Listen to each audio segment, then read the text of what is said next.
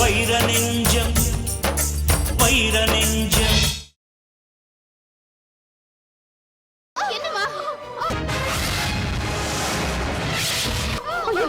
கோகிலா கோகிலா என்னமாச்சு? கோகி அம்மா அம்மா முடியலம்மா. என்னமா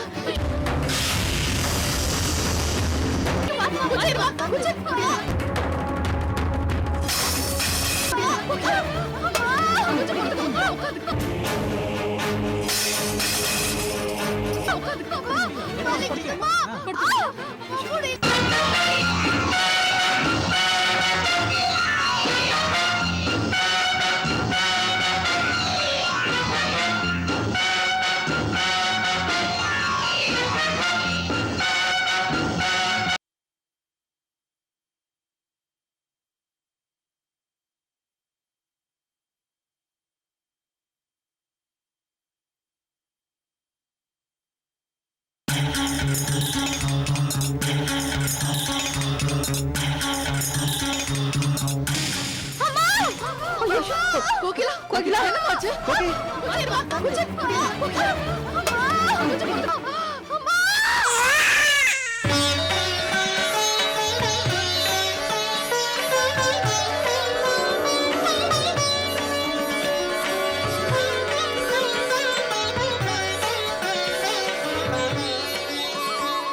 மகேஸ்வரா உனக்கு ஆண் குழந்தை பிறந்திருக்குப்பா. ஏய் நேரம் குறிச்சிட்டியா? அதெல்லாம் குறிச்சாச்சுங்க. நல்ல நட்சத்திரம், நல்ல நேரத்துல தான் பிறந்திருக்கான். மாமா congrats. Thanks. Congrats. Congrats Mahesh.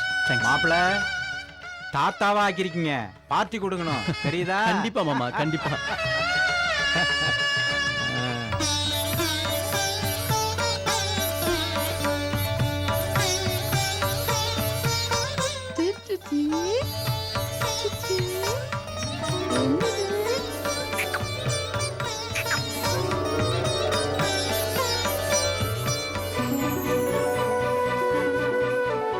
மாமா குழந்தை அப்படியே உங்களை உரிச்சு வச்சிருக்கான். மகேஸ்வரி அப்ப குழந்தை ஏன் ஜாடையில இல்லையா?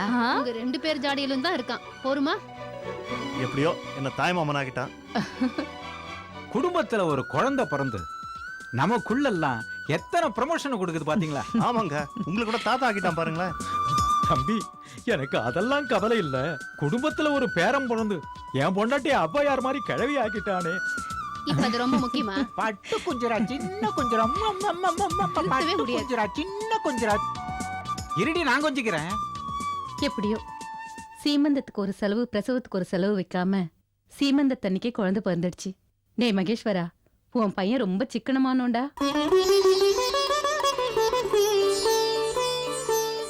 ஏ கொஞ்சம் போதுண்டி, எல்லாரும் வெளியில வாங்க. வாங்க வாங்க வாங்க எல்லாம் வெளியில வாங்க.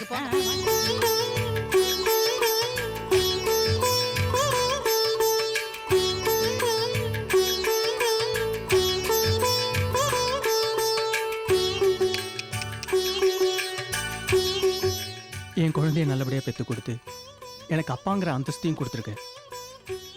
ரொம்ப சந்தோஷமா இருக்கு கோகி. ரொம்ப நன்றி கோகி. இந்த நன்றிலாம் உங்க பிள்ளைக்கு சொல்லுங்க. எனக்கு அதிகம் கஷ்டம் கொடுக்காம இந்த உலகத்தை எட்டி பார்த்துட்டான்.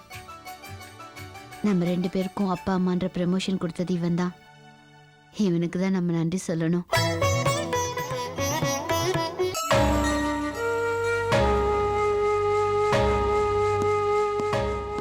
ஜெயிலர் ஐயா சொல்லிட்டம்மா, ரவுண்ட்ஸ் பேருக்கார் இப்போ வந்துடுவார்.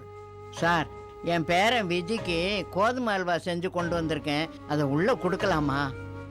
அதெல்லாம் கொடுக்கக்கூடாதுமா. உள்ள வெளியிலேருந்து கொண்டு வர எந்த சாப்பாடையும் உள்ள கொடுக்கக்கூடாது. அவனுக்கு இன்னைக்கு பிறந்த நாள், கோதுமை அல்வான்னா ரொம்ப இஷ்டம் அவனுக்கு, அதனால செஞ்சு எடுத்துட்டு வந்திருக்கேன். சொன்னா கேளுங்கம்மா, கொடுக்கக்கூடாதுன்னா கொடுக்கக்கூடாது. ரூல்ஸ்னு ஒன்று இருக்குல்ல, அதை கொடுங்க. எப்படி என்னங்க நீங்க? என்ன அது? சார் சார், இன்னைக்கு விஜய்க்கு பிறந்த நாள். அப்படியா? ஆசையா கோதுமை அல்வா செஞ்சு எடுத்துட்டு வந்திருக்காங்க.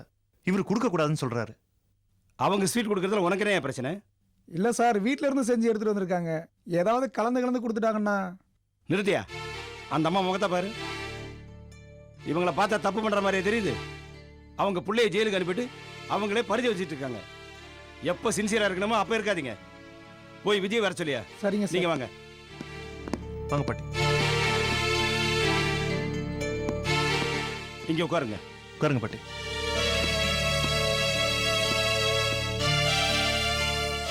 என் பேரன் எப்படியா இருக்கான்? நல்லா தான் இருக்கான். இருந்தாலும் ஜெயில இருக்கிற பிள்ளைக்கு மனசுல வேதனை இருக்கத்தான் செய்யும். அவன் தப்பே பண்ணலையா. பாவம் ஒரு பக்கம், பழி ஒரு பக்கம்னு என் பிள்ளை இங்கே கிடக்குறான். உண்மையான குற்றவாளியை கண்டுபிடிக்கிறதுக்காக நான் எல்லா முயற்சியும் பண்ணிட்டு இருக்கேன் sir. Very good, very good. விஜயை நிரபராதின்னு நிரூபிச்சு வெளியே கொண்டு வர முடியும்ன்ற நம்பிக்கை எனக்கு இருக்கு. சின்ன வயசு, ஜெயில இருந்து வாழ்க்கையை தொலைச்சிடக்கூடாது. இங்க இருக்கிறவங்களுக்கெல்லாம் விஜய் தான் பாடம் சொல்லி கொடுக்குறான்.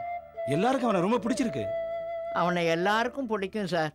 அப்படி ஒரு நல்ல பிள்ளை. எல்லாம் விதி. ஜீவா, இன்ஸ்பெக்டர் சிவகிரி கிட்ட விஜய் கேஸ் விஷயமா சொல்லியிருக்கேன். உனக்கு என்ன உதவி வேணும்னு அவர்கிட்ட கேட்கலாம். Thank you sir. என் பேர பிள்ளைக்காக கோதுமை அல்வா செஞ்சு எடுத்துட்டு வந்தேன். நீங்க கொஞ்சம் சாப்பிட்றீங்களா? வேணாமா, ஸ்வீட் நான் சாப்பிட்றதில்ல. விஜய் வந்த உடனே பார்த்துட்டு கிளம்புங்க. ரொம்ப நன்றியா. உங்களை மாதிரி நல்லவங்க இருக்கிறதுனால தான் எங்களுக்கு கொஞ்சம் ஆறுதலா இருக்கு. எல்லாம் நல்லதே நடக்கும். ஜீவா, நான் இதை வந்துடுறேன். வாங்க சார்.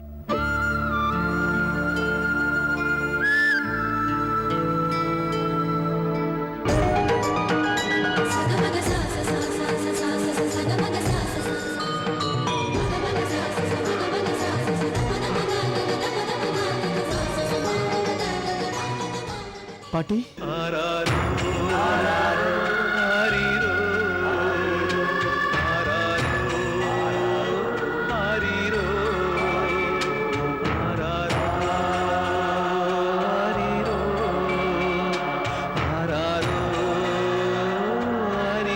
மாமா, விஜய், பாட்டி, எப்படிப்பா இருக்க? ஏதோ இருக்கேன் பாட்டி. வீட்ல அப்பா அம்மா சக்தி அக்கா எல்லாம் நல்லா இருக்காங்களா? எல்லாரும் நல்லா இருக்காங்க. டேய், பிறந்தநாள் வாழ்த்துக்கள்டா. தேங்க்ஸ் மாமா. பாட்டி, என் ஆசீர்வாதம் பண்ணுங்க. நல்லா இருப்பா, நல்லா இரு. மாமா, நீங்களும் என் ஆசீர்வாதம் பண்ணுங்க. நல்லா இருப்பா. உங்களுக்கு ஞாபகம் இருக்கா மாமா? என்னுடைய ஒவ்வொரு பிறந்தநாளுக்கும் நீங்கள் தான் எனக்கு புது ட்ரெஸ் எடுத்து தருவீங்க. ஆனால் இப்போ இந்த ட்ரெஸ் தான் மாமா நிரந்தரமாயிடுச்சு. டேய், ஏன்டா இப்படிலாம் பேசுற? கொலை செஞ்சது யாருன்னு கிட்டத்தட்ட நான் கண்டுபிடிச்சிட்டேன். உன்னை வெளியே கொண்டு வர வரைக்கும் வேற எந்த கேஸும் நான் அட்டன் பண்ண போறதில்ல. இது சம்பந்தமான வேலையில மட்டும்தான் நான் இருக்கேன். எப்படி உன்னை வெளியே கொண்டு வந்துருவேன்டா? மாமா, என்னால் ஜெயிலில் இருக்க முடியல. குடும்பத்தோட சந்தோஷமா இருக்க தோணுது மாமா. அப்பா, சக்தி அக்கா, மலர், பாட்டி, நீங்க உங்க எல்லாருடைய அன்பு ஆதரவு எழுந்துட்டு தானே நான் இங்க நிக்கிறேன். யாருடா சொன்னது உன்னை இழந்துட்டோன்னு? இன்னும் உன் மேல எல்லாரும் உசிரையே வச்சிருக்கோம். என் பேரனுக்கு இன்னைக்கு பிறந்த நாள்.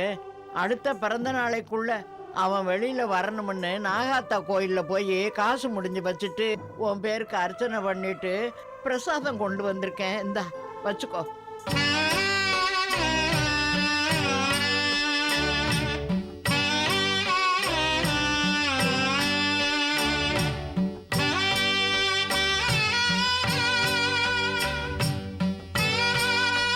மாமா, சக்தி அக்காவுக்கும் நந்தினிக்கும் எந்த பிரச்சனையும் இல்லையே? சக்தியால எப்ப யாருக்கு எந்த பிரச்சனை வந்திருக்கு? நந்தினி தான் தேவையில்லாம வீண் வம்பு பண்ணிட்டு இருக்கா. டேய், உனக்கு ஒரு குட் நியூஸ்டா. சக்தியும் வைரமும் புது பிசினஸ் ஆரம்பிச்சு அது படிப்படியா முன்னேறிட்டு. அவங்களுக்கு என்ன மாமா, சக்தி அக்காவுடைய நல்ல மனசுக்கு அவங்க எப்போ நல்லா இருப்பாங்க. சக்தி அக்காவுக்கும் வைர மாமாவுக்கும் சொல்லுங்க, நான் வெளியே வந்த பிறகுதான் நந்தினிக்கு இருக்கு. அதெல்லாம் நாங்க பாத்துக்கிறோம். நீயே வேதனையில இருக்கிற. குடும்ப பிரச்சனையை நினைச்சு சங்கடப்பட்டுக்கிட்டு இருக்காத. பாட்டி, சக்திக்கா, அப்பா, மலர் எல்லாரும் வருவாங்கன்னு நினைச்சேன். எப்படி அவங்கெல்லாம் வருவாங்க? உன் பிறந்த நாளைக்கு வீடே கலகலப்பா இருக்கும். உன்னை இந்த கோலத்துல பார்த்து 2-3 நாளா கெட்ட கனவா கண்டுகிட்டு இருக்கேன். மனசு கடந்து அடிச்சுக்கிட்டே இருந்தது. அதான் ஜீவாட்ட சொல்லி உன்னை பார்க்கலான்னு வந்தேன். இப்பதான் எனக்கு ஒரு ஆறுதலா இருக்கு. நீ எப்பவுமே ஆசைப்பட்டு கோதுமை அல்வா கேப்பே இல்லை, அதை செஞ்சு எடுத்துட்டு வந்திருக்கேன். இந்தா சாப்பிடு. இந்தா.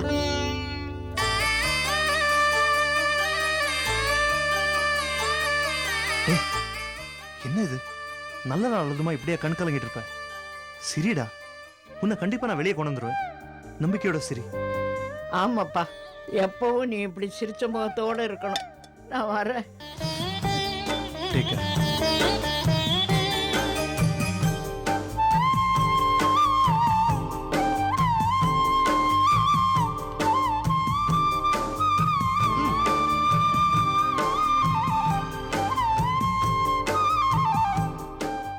பாட்டி சூப்பரா இருக்கு பாட்டி.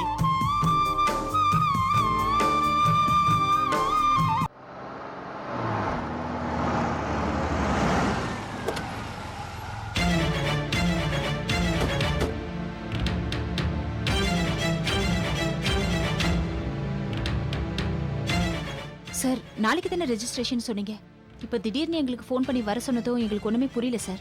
மேடம் தப்பா எடுத்துக்காதீங்க, ஒரு சின்ன குழப்பம், அதான் உங்களை ஃபோன் பண்ணி வர சொன்னேன். என்ன குழப்பம் சார்? நீங்க வாங்குறதா அட்வான்ஸ் கொடுத்த இடத்த இன்னொருத்தருக்கு வித்துட்டேன், ரிஜிஸ்ட்ரேஷன் கூட முடிஞ்சு போச்சு.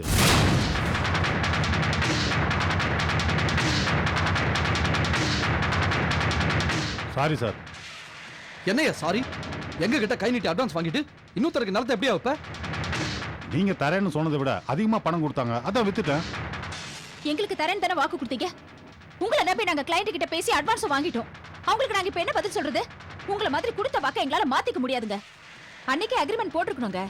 நாம தான் தப்பு பண்ணிட்டோம். என்ன சார் நீங்க வெறும் 1 லட்ச ரூபாய் அட்வான்ஸ் கொடுத்தீங்க, ஏதோ மொத்த படத்தையும் கொடுத்து ரிஜிஸ்டர் பண்ண மாதிரி பேசிட்டு இருக்கீங்க. நீங்க பேசுனதை விட 1 லட்ச ரூபாய் அதிகம் தரேன்னு சொன்னாங்க, அவங்களுக்கு கொடுக்கறதா முடிவு பண்ணி அதான் கொடுத்துட்டேன். இந்த காலத்துல பணம் தாங்க முக்கியம். உங்களுக்கு வார்த்தை முக்கியம் இல்லாம இருக்கலாம், நாகரிகம் கூட தெரியாம இருக்கலாம். ஆனா இன்னொருத்தர் அட்வான்ஸ் கொடுத்திருக்காங்கன்னு தெரிஞ்சோம் கொஞ்சம் கூட எங்க கிட்ட கலந்து பேசாம அந்த இடத்த வாங்கிருக்காங்களே, யார் அவங்க? உங்களை தாங்க. யார் அவங்க? நான் தான் சக்தி.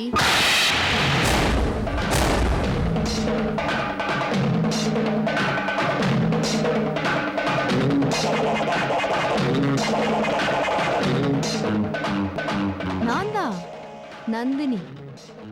இடத்துக்கு நீ பேசின விலையை விட 1 லட்சம் ரூபாய் அதிகமா கொடுத்துதான் அந்த இடத்த நான் வாங்கினேன். நாகரிகம் இல்லாதவ நான் தான். ஓஹோ, நீங்க 2 பேரும் தான் காரணமா? ஏதோ தற்செயலா நடந்திருக்குன்னு நினைச்சேன். இப்பதானே புரியுது இதுக்கு பின்னாடி பெரிய பிளானே நடந்திருக்குன்னு. நீங்க 2 பேரும் கொடுத்த கீக்கு இந்த பொம்மை ஆடி இருக்கு. மேடம் மரியாதை பேசுங்க. முதல்ல உங்களுக்கு மரியாதை இருக்கான்னு பாருங்க. இத பாருங்க, நீங்க கொடுத்த அட்வான்ஸ் பணத்தை வேணா திருப்பி வாங்கிக்கங்க. இப்போதைக்கு அந்த இடத்துக்கு எனக்கு எந்த சம்பந்தமும் இல்ல. இடத்துக்கு சொந்தக்காரங்க அவங்க. நீங்க எது பேசினாலும் அவங்க கிட்ட பேசிக்கங்க, எனக்கு நிறைய வேலை இருக்கு.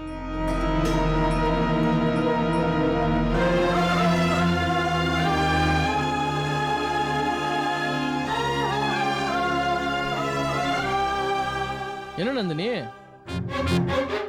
இன்னதுக்கு இருக்காங்க? அதான் இந்த இடம் நம்மளுதுன்னு ஆயிடுச்சுல்ல, அப்புறம் என்ன இடத்த காலி பண்ண விட்டு தானே. புருஷனும் பின்னாடியே வருவான் முந்தானையை பிடிச்சிக்கிட்டு. ஆனந்த் இருங்க. டேய், இப்பெல்லாம் உனக்கு மூக்கு மேல கோவம் வருதுடா. இருக்குடா உனக்கு ஒரு நாளைக்கு. 2 பேரும் ரொம்ப ஓவரா தான் போயிட்டு இருக்கீங்க. இதெல்லாம் எங்க போய் முடிய போகுதுன்னு தான் தெரியல. அம்மா வியாபார காந்தம், அதான் பிசினஸ் மேக்னெட். தோத்து போயிட்டால, அப்புறமா எதுக்குடி இந்த வாய்?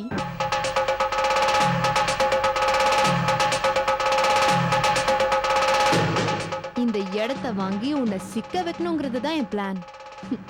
என் கணக்கு தப்பாம வலையில விழுந்து நீயே மாட்டிக்கிட்ட.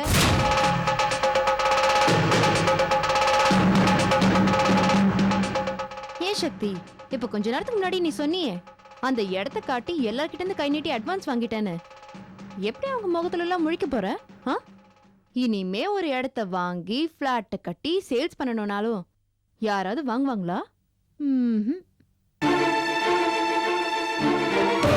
ஏன்னா கன்ஸ்ட்ரக்ஷன் ஃபீல்ட்ல பேரு தாமா ரொம்ப முக்கியம்.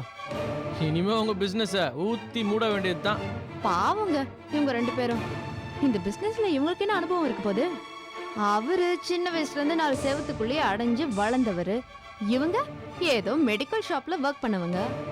நீங்க வளர்த்து விட்ட கம்பெனியை ஏதோ நடுவுல வந்து குளிர் காஞ்சா கன்ஸ்ட்ரக்ஷன் பிசினஸ் பத்தி எல்லாம் தெரிஞ்சிடுமா? அதான் பிசினஸ் பண்ண தெரியாம தோத்து போய் நிக்கிறா. இவங்க பேரை கெடுத்துக்கிறதுனாலயோ இல்ல இவங்க பிசினஸ் லாஸ் ஆறத பத்தியெல்லாம் எனக்கு கவலை கிடையாது. ஆனா மாணிக்க விநாயகன்ற எங்க அப்பாவோட பேர்ல இவங்க கெடுத்துக்கிட்டு இருக்காங்க.